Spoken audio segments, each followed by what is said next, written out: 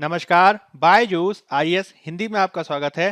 प्रस्तुत है दैनिक समाचार विश्लेषण। सत्र के विषय आपके समक्ष हैं। आज के सत्र में सबसे पहले हम चर्चा करेंगे दिल्ली दंगे मामले में दिल्ली हाई कोर्ट के फैसले से सीख और स्वास्थ्य क्षेत्र में विघटनकारी तकनीक पर। फिर हम इस्लामिक स्टेट में भर्ती महिलाओं की वापसी का प्रश्न और कोविड-19 के पश्चात अर्थव्यवस्था की पुनर्बहाली पर चर्चा करेंगे। तत्पश्चात हम देखेंगे केबल टेलीविजन नेटवर्क संशोधन नियम 2021 से संबंधित आलेख को और सत्र के अंत में हम मुख्य परीक्षा अभ्यास प्रश्न की चर्चा करेंगे, जिसकी उत्तर संरचना भी हम आपको प्रदान करेंगे। तो चलिए शुरू करते हैं। सबसे पहला एडिटोरियल आपके समक्ष है। इसे पेज नंबर 6 से लिया गया है और इसका संबंध जीएस पेपर 2 में पॉलिटी से है। यह केंद्रित है दिल्ली दंगे मामले में दिल्ली हाई कोर्ट के फैसले से सीख लेने से। हमारे द्वारा 16 और 17 जून 2021 के डेली न्यूज एनालिसिस में भी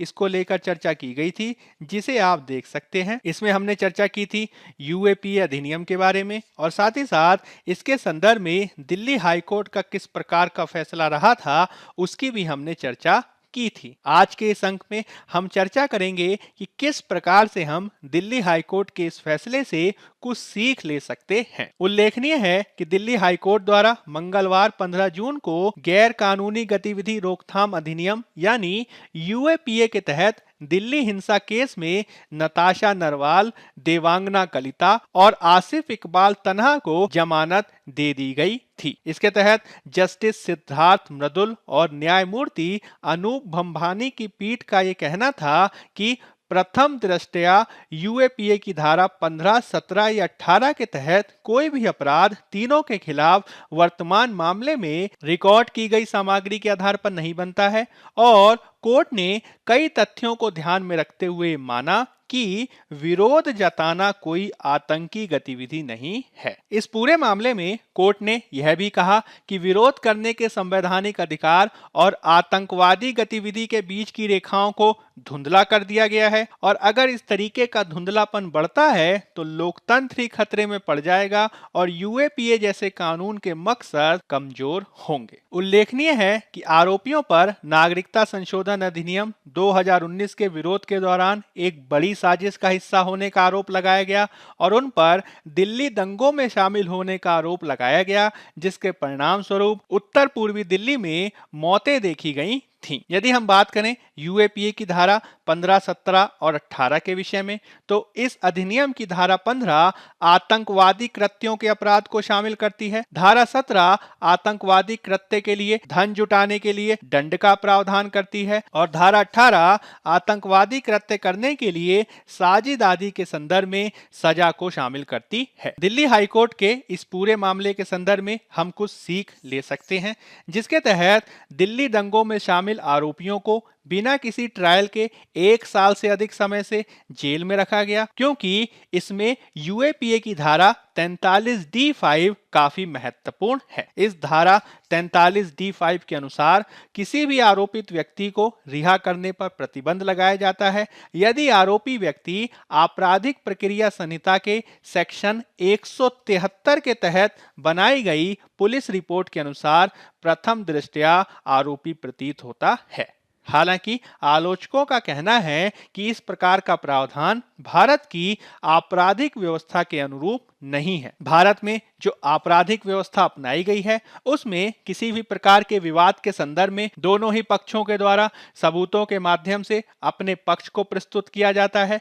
इसके तहत आरोप लगाने वाले व्यक्ति के द्वारा और आरोपी व्यक्ति के द्वारा भी स्वयं को निर्दोष बताए जाने के संदर्भ में अवसर प्रदान किए जाते हैं। हालांकि यूएपीए का सेक्शन 43D5 इस तरीके का प्रावधान नहीं करता, जिसमें मात्र आरोप लगाने पर ही आरोपी को जेल में रखा जाना संभव है, जिससे वह काफी लंबे समय तक बिना दोष सिद्ध हुए जेल में रह सकता है। दिल्ली उच्च न्यायालय ने इस पूरे मामले में कुछ अन्य टिप्पणियां भी की हैं, जैसे कि उसके द्वारा इस बात पर बल दिया गया कि किस प्रकार से विरोध के अधिकार और आतंकवादी कृत्यों के मध्य अंतर को किए जाने की आवश्यकता है। इसके तहत कोर्ट का ये मानना था कि प्रत्येक हिंसक गतिविधि आतंकवादी कार्यवाही नहीं होती है। भारतीय संविधान के अनुच्छेद 19 के अनुसार नागरिकों को शांतिपूर्ण विरोध का अधिकार प्राप्त है। हालांकि कई बार यह शांतिपूर्ण विरोध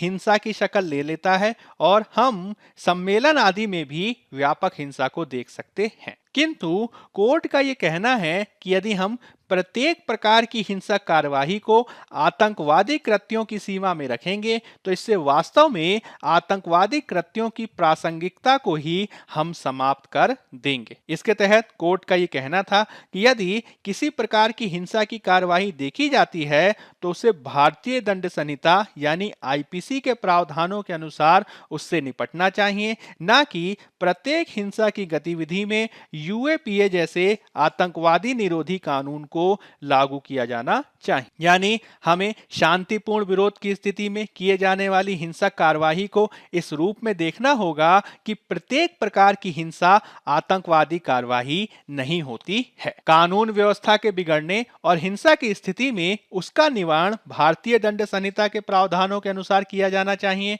और यदि हम प्रत्येक हिंसक कार्यवाही को आतंकवादी कृत्य कहते हैं तो इससे वास्तव में यूएपीए की भावना ही कमजोर होती है, जिससे हमें बचने की आवश्यकता है। इस पूरे मामले में जिस प्रकार से ये देखा गया कि भारतीय लोकतांत्रिक व्यवस्था में लोगों को बिना दोष सिद्ध किए उन्हें जेल में रखा जाता है, वह किस प्रकार से उनके मूल अधिकारों का उल्लंघन है और दिल्ली हाई कोर्ट के द्वारा इस पूरे मामले में जिस प्रकार का स्टैंड लिया गया है वह निश्चित ही भविष्य में नागरिकों के मूल अधिकारों की रक्षा किए जाने के संदर्भ में काफी महत्वपूर्ण होगा। अब हम बात कर लेते हैं पेज नंबर 6 में दिए गए एडिटोरियल की, जिसका संबंध जीएस पेपर 3 में विज्ञान और प्रौद्योगिकी से है। इसे आप जीएस पेपर 2 में स्वास्थ्य से भी जोड़कर देख सकते हैं। यह केंद्रित है स्वास्थ्य क्षेत्र में विघटनकारी तकनीक के प्रयोग से। जब हम बात करते हैं विघटनकारी तकनीक की तो विघटनकारी तकनीक एक ऐसा नवाचार है जो उपभोक्ताओं,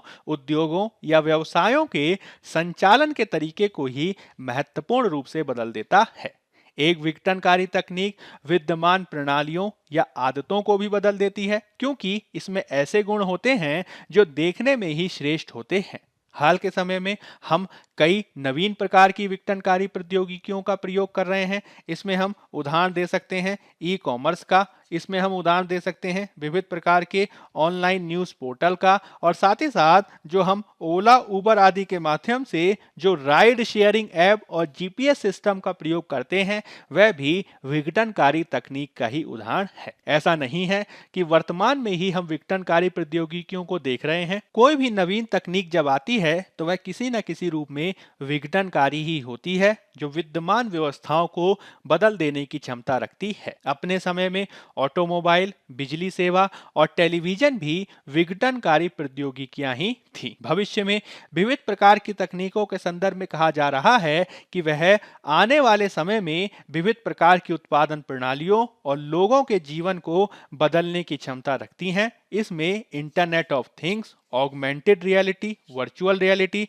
ब्लॉकचेन तकनीक, artificial intelligence, 3D printing, drone और रोबोटिक तकनीक काफी महत्वपूर्ण है। 2020 और 2021 के काल में कोविड-19 का स्वास्थ्य क्षेत्र पर अत्यधिक प्रभाव देखा गया, जिसके चलते अनेक डॉक्टर और नर्स भी कोविड-19 से प्रभावित हुए हैं। इसी पृष्ठभूमि में स्वास्थ्य क्षेत्र में तकनीक, विशेष रूप से विघटनकारी तकनीक की भूमिका को बढ़ाए जाने की आवश्यकता महसूस की जा रही है, क्योंकि इस प्रकार की तकनीक का प्रयोग दुनिया के अनेक देशों में किया जा रहा है। जैसे कि चीन में कोरोना रोगियों को दवा और खाना दिए जाने के लिए रोबोट का प्रयोग किया जा रहा है और रोबोट के द्वारा ही उन्हें 5G आदि तकनीकों से युक्त करके रोगियों के तापमान को जांचने के लिए, समय समय पर उनके हार्ट रेट और ब्लड ऑक्सीजन लेवल को जांचने के लिए रोबोट का ही प्रयोग किया जाता है। इसके माध्यम से डॉक्टर और नर्सों का जो सीधा संपर्क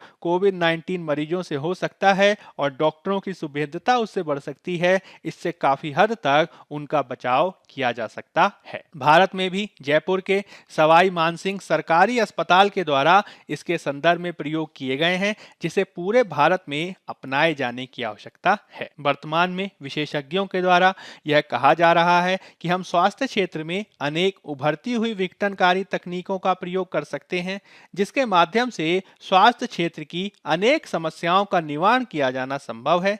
इसमें हम प्रयोग कर सकते हैं कृत्रिम बुद्धिमत्ता, स्वचालित सिस्टम, ब्लॉकचेन तकनीक, क्लाउड कंप्यूटिंग, डेटा एनालिटिक्स और 5G तकनीक आदि को। ब्लॉकचेन तकनीक के माध्यम से स्वास्थ्य क्षेत्र में हम विविध प्रकार के डेटा को आपस में जोड़ सकते हैं। यदि हम ब्लॉकचेन तकनीक के माध्यम से सभी प्रकार के मेडिकल डेटा को समान रूप से जोड़ पाने में सक्षम हुए, तो इससे हम विविध प्रकार के मोबाइल एप्लीकेशन और वियरेबल सेंसर्स आदि में इनका वितरण कर सकते हैं और इससे सुरक्षा के साथ ही उसका सीमलेस आदान प्रदान भी संभव हो सकेगा।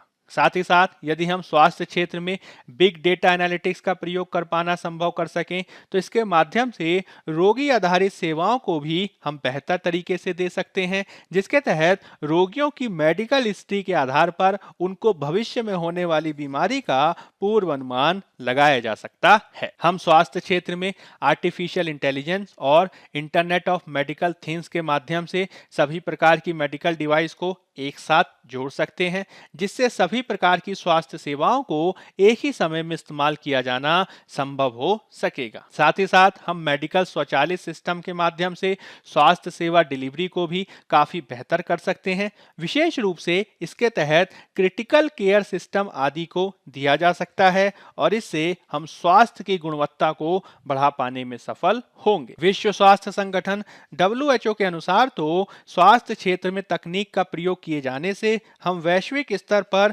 सार्वत्रिक स्वास्थ्य कवरेज यानी यूनिवर्सल हेल्थ कवरेज को प्राप्त कर सकते हैं और भारत में भी हमें इसके लिए प्रयासों को किए जाने की आवश्यकता है। भारत में हम आयुष्मान भारत योजना के तहत तकनीक को बढ़ावा देने से इस प्रकार के लक्ष्य को प्राप्त कर सकते हैं, जिसमें विशेष रूप से इंफॉर्मेशन कम्युनिकेशन टेक्नोलॉजी यानी सूचना और संचार प्रौद्योगिकी का प्रयोग इस क्षेत्र में किया जा सकता है। हालांकि हमें इसके संदर्भ में स्वास्थ्य सेवा का कवरेज बढ़ाने के लिए क्षेत्रीय ज्ञान के प्रयोग को भी बेहतर ढंग से करना होगा और इसमें हमें सामुदायिक स्वास्थ्य सेवाओं को भी इसमें शामिल करना होगा। दुनिया के अनेक उदाहरण इस बात को स्थापित करते हैं कि किस प्रकार से यदि स्वास्थ्य सेवा क्षेत्र में क्षेत्रीय ज्ञान का प्रयोग किया जाए, सामुदायिक सेवाओं को शामिल किया जाए, तो इसके काफी बेहतर परिणाम हो सकते हैं। जैसे कि अफ्रीका में इबोला वायरस के प्रसार के समय और इंडोनेशिया में बर्ड फ्लू के प्रसार के समय जब सामुदायिक सेवाओं का प्रयोग किया गया,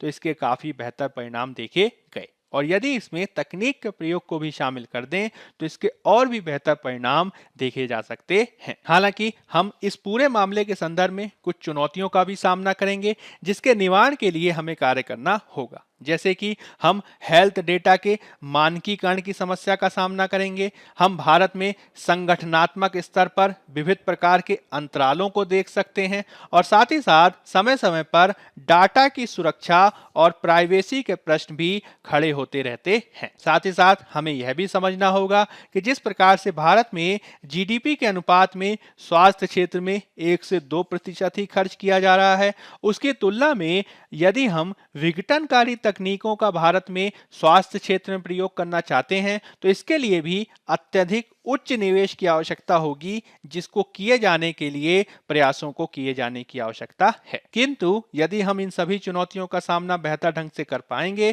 तभी हम भारत में स्वास्थ्य सेवा के क्षेत्र में बेहतर हस्तक्षेप के साथ सामने आ सकते हैं। अब हम बात कर लेते हैं पेज नंबर 7 में दिए गए एक अन्य एडिटोरियल की, जिसका संबंध GS पेपर 3 में आंतरिक सुरक्षा से है। यह संदर्भित है भारत द्वारा इस्लामिक स्टेट में भर्ती हुई महिलाओं को वापस लिए जाने के प्रश्न से। हमने इससे पहले भी 12 जून 2021 के डेली न्यूज एनालिसिस में इससे संबंधित चर्चा की थी, जिसको आप देख सकते हैं। उस वीडियो में हमने चर्चा की है इस्लामिक स्टेट पर और साथ ही साथ भारत में चरमपंथ रेडिकलाइजेशन की स्थिति पर भी काफी चर्चा की है, जिसे आप देख सकते हैं। यदि हम बात करें पृष्ठभूमि की, तो 2016 से 2018 के काल में केरल से 4 महिलाएं अपने पतियों के साथ इस्लामिक स्टेट इन अफगानिस्तान की खुरासान प्रांत शाखा में शामिल हुईं। हालांकि आगे चलकर उनके पति विविध प्रकार के हमलों में मारे गए और वर्तमान स्थिति यह है कि वे महिलाएं अफगानिस्तान की जेल में हैं। अफगानिस्तान के पदाधिकारियों के द्वारा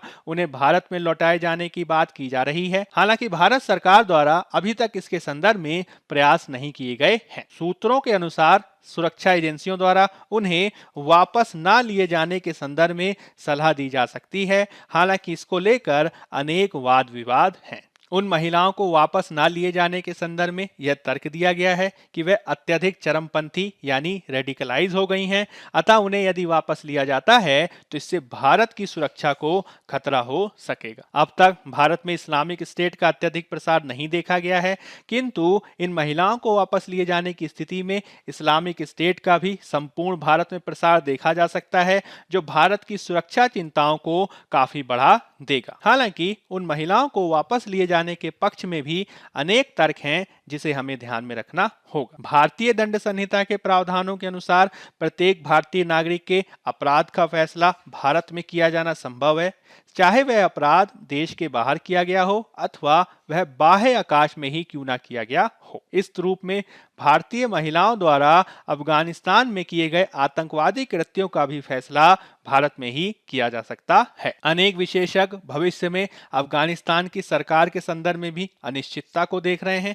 क्योंकि उनका ये कहना है कि यदि भविष्य में अफगानिस्तान में तालिबान सत्ता में आ जाता है तो इससे महिलाओं की स्थिति बिगड़ सकती है और भारत को इसके संदर्भ में अभी कार्रवाई करनी होगी। विशेषज्ञों का यह भी कहना है कि जब बात आती है वापसी के प्रश्न की, तो वह केवल महिलाओं का ही प्रश्न नहीं है, अपितु इनके बच्चों का भी प्रश्न है। माता पिता के द्वारा आतंकवादी कृत्यों में भाग लिए जाने की स्थिति में बच्चों का इसके संदर्भ में कोई दोष नहीं है, जिनके प्रति मानवतावादी रुख को अपनाए जाने की आवश्यकता है। हमें इस पूरे वाद विवाद के संदर्भ में अंतर्राष्ट्रीय मानवाधिकार प्रावधानों को भी याद रखना होगा, क्योंकि प्रत्येक व्यक्ति को देश से बाहर जाने का अधिकार है और बाहर जाने पर वापस लौटने का भी अधिकार है, जिसके संदर्भ में राज्य के द्वारा मनमाने आधार पर कार्रवाई नहीं की जा सकती है। साथ ही साथ किसी व्यक्ति को नागरिकता से भी मनमाने आधार पर वंचित नहीं किया जा सकता है और इस रूप में महिलाओं के संदर्भ में हमें कानूनी और मानवतावादी आधार पर कार्य किए जाने की आवश्यकता है। इस पूरे मामले में हमें यह भी समझना होगा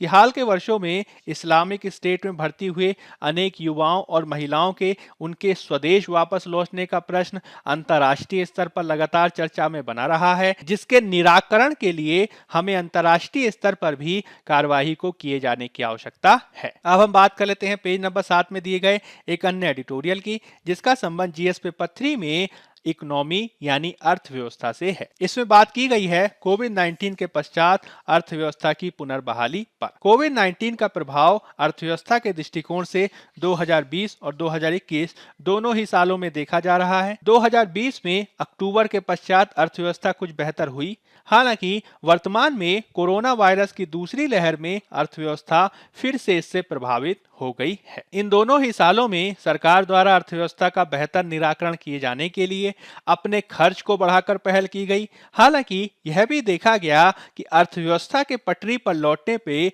सरकार द्वारा अपने खर्च को कम कर दिया गया। इसके तहत यह तर्क दिया गया कि यदि सरकार के द्वारा एक सीमा से ज्यादा खर्च किया जाएगा तो इससे राजकोषीय घाटा बढ़ सकता है और साथ ही साथ अधिक मुद्रा आपूर्ति की स्थिति में मुद्रास्फीति भी बढ़ सकती है। सरकारों द्वारा यह भी प्रयास किया जा रहा है कि हम निजी क्षेत्र को बढ़ावा दे सकें। हालांकि विशेषज्ञों का ये कहना है कि सरकारों को ये समझना होगा कि कोरोना वायरस की दूसरी लहर की पृष्ठभूमि में निजी क्षेत्र के द्वारा इतना अधिक निवेश किया जाना अब संभव नहीं रह गया है। उल्लेखनीय है कि भारत द्वारा 1991 और उसके बाद से ही निजी क्षेत्र की भूमिका को बढ़ाए जाने का प्रयास किया गया है, किंतु हमें यह भी समझना होगा होगा कि कोरोना वायरस से अर्थव्यवस्था के प्रत्येक क्षेत्र में उत्पादन गतिविधियों पर नकारात्मक रूप से प्रभाव पड़ा है और इस प्रकार की मंदी की स्थिति में निजी क्षेत्र के पास इतनी अधिक क्षमता नहीं है कि वह फिर से अर्थव्यवस्था को आगे बढ़ाए जाने की दृष्टिकोण से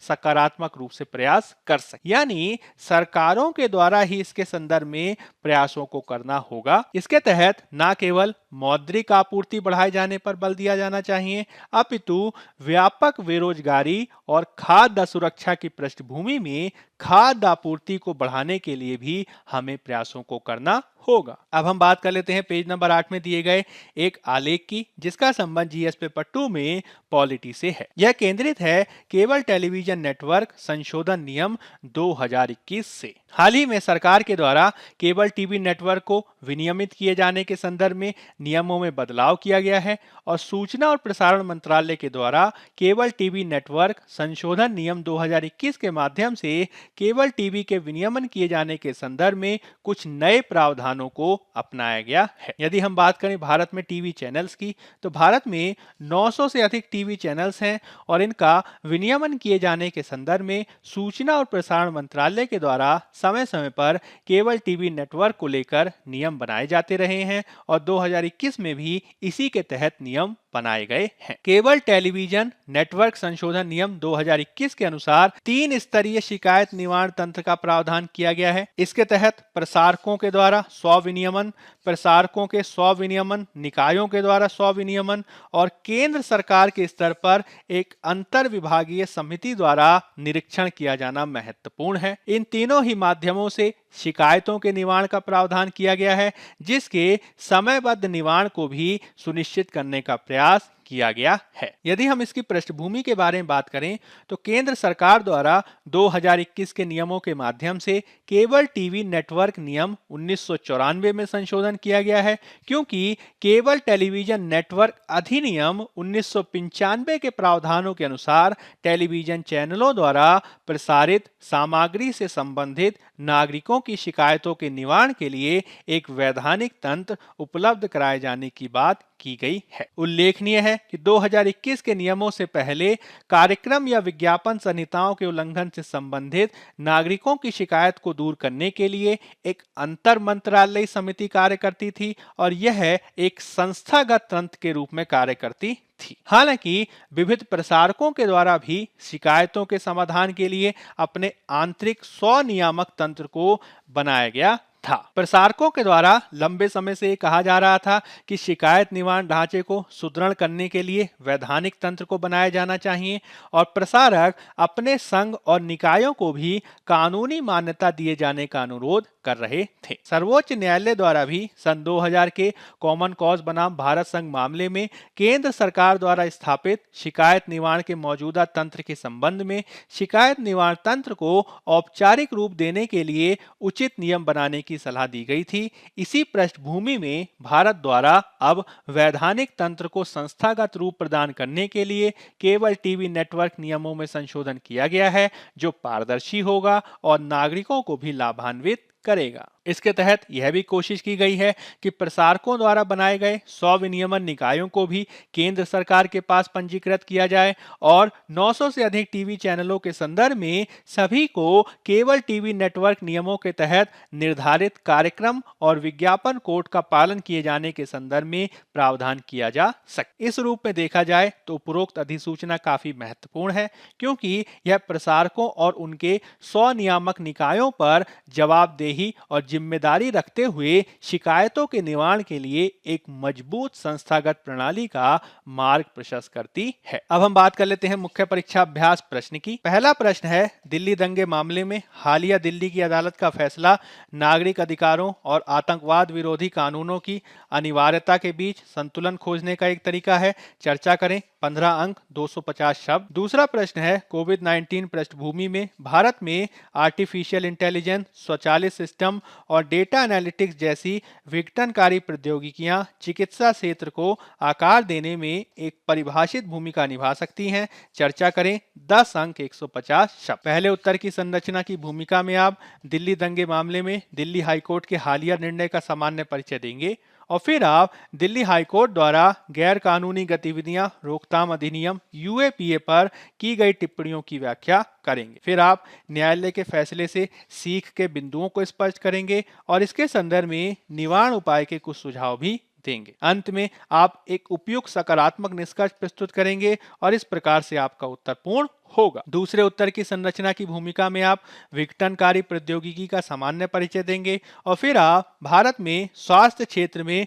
विघटनकारी प्रौद्योगिकी के विभिन्न अनुप्रयोगों को बताएंगे। इसके संदर्भ में आप कुछ चुनौतियां भी बताएंगे और उपयुक्त निवारण उपायों की भी चर्चा करेंगे। अंत में आप एक उपयुक्त सकारात्मक निष्कर्ष देंगे और इस प्रकार से आपके उत्तर को पूर्ण करेंगे। बायजूस आईएएस हिंदी के आज के अंक में फिलहाल इतना ही। धन्यवाद।